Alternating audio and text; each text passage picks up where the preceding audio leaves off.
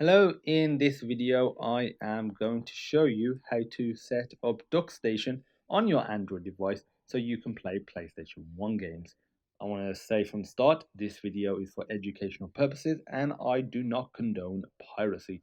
I legally own a PlayStation, I have a couple of them, and I legally own the game that I will be downloading and trying. So this is not condoning piracy.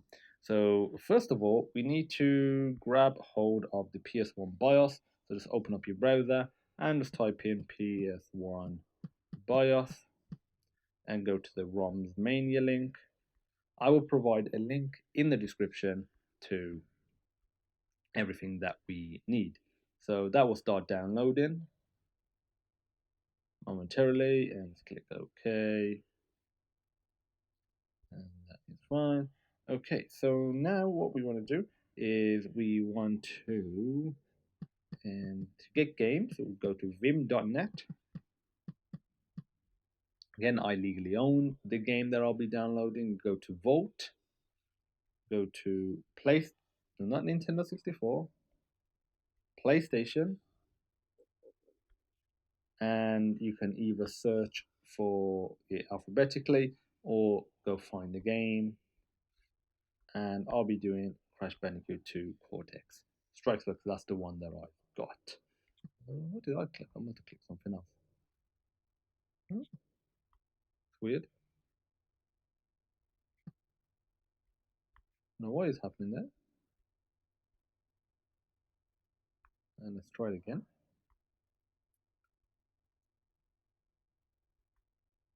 Seems to be taking me to this weird page. And let's try requesting the desktop site. Let me try that now. Oh, that's very, very interesting.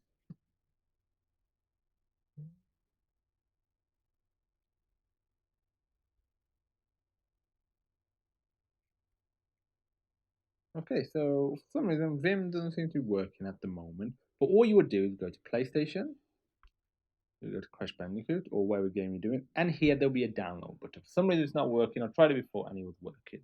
Okay, so next what you want to do is go to the Play Store. You need to search for, well, DuckStation. Click install. Next, you need to search for ZArchiver.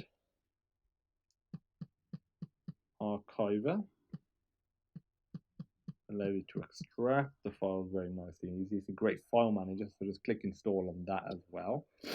And there we go.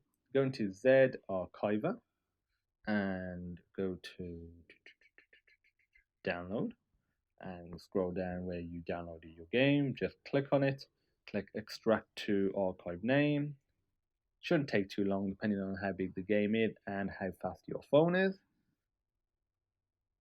And if you go next to the BIOS file, it is right here. So for some reason, it downloads it as an APK, which is, it's very strange. That's not what you want. Right click, rename, and get rid of the extension APK, and just basically have a name to this. There we go. So we've got the bin file now, so that's fine.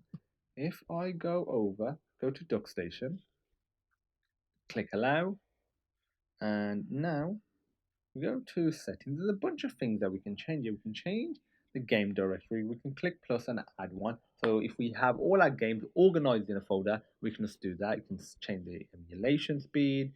You can, again, like there's a bunch of stuff you can change here. Change the display. You can downsample it if you want to. You can change the aspect ratio. This will look squashed or stretched. You can show the frame rate. In audio, you can change stuff. Enhancements, this is pretty darn cool. You can change the resolution scale. Obviously, considering we're running this on phone, this really will slow things down. But depending on the device, you might be able to get a high resolution internally and get a better looking image. You can change the anti-aliasing, the multi-sampling anti-aliasing, or super sample anti-aliasing. And the higher the anti-alias, the better the corners and edges look. I'm sure you've seen an object in a game where you have the jagged edge effect instead of having a rounder edge. So that's what that fixes. And feel free to look at the rest, but I'm going to ignore them. You can change the controller. For me, it's just digital controller, and it is just a gamepad. You can change the controller mapping. Feel free to do that. I will leave that as default, and I'll just be using the touchscreen controller. And we can go to advanced. Again, most of these things I'll recommend leaving as if. So now, if I go to, we are missing a BIOS image when I click play. No BIOS image was found in DuckStation BIOS directory. Do you wish to locate and import a BIOS image? Now, yes, click yes. And you just go to your,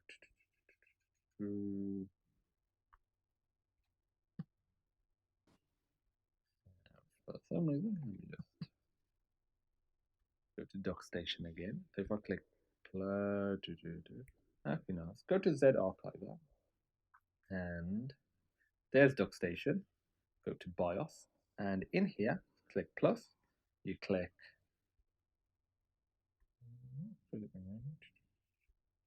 Yeah, so we want to copy it onto here. So we go back, go to download, go to, where is it? Where is it? Where is it? And there we go. Right click, copy, go back, DuckStation, BIOS, and you just click this paste button up here. It was that sort of what's that icon called? The notepad icon. And go back to DuckStation. Click play. Okay, so it's still saying.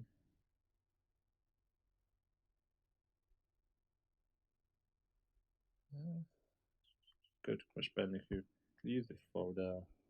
Click allow. And it's still saying download.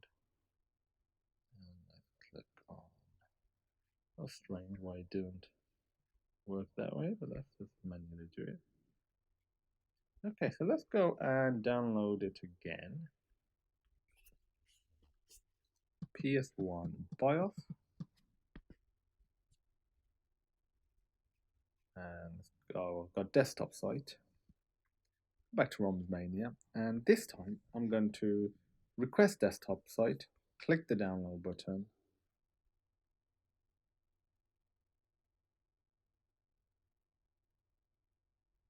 Okay, so we get a zip folder, so that is better. So that's what we want. So go to the desktop site, that will work better. Go to ZArchiver, and I'd say go to BIOS, delete this. Go to download, and what we'll do is delete this. We'll unzip this, and we just click on it and go to Express to Archive. And now if we go to the folder, right click, copy, go back, go to DuckStation, BIOS, and I don't seem to have copied it. That was my mistake. And if I right click, copy,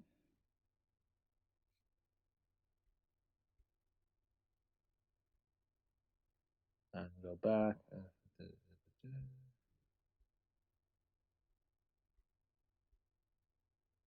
Okay, now let's do it from DuckStation. So if I click play, click yes, and if I go to the folder, click that, is imported. And now if I click the play button, there we go. It is compiling the shaders. And if I turn the volume up, you can probably hear it now. I'm going to turn the volume down. And there we go, nothing more to it than that. So we can click these on-screen buttons. You can map a controller if you've got, let's say, a wireless Xbox controller connected or a PS4 controller. That is fine as well. And I'm just going to skip this. As you can see, it is looking really, really good. And you can rotate it into landscape as well. I'll keep it in portrait for now. And let's say click X.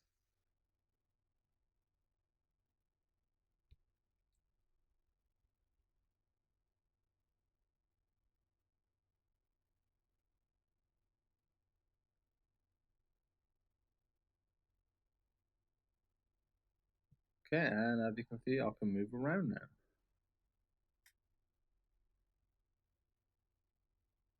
And we are about to get into a level now. And here we go. As you can see, it is running really nicely. I'm running it on a Pixel 5 if anyone's wondering what phone I am using. Or some people are interested in that information. If I got stuck then, my finger just slipped off the movement control.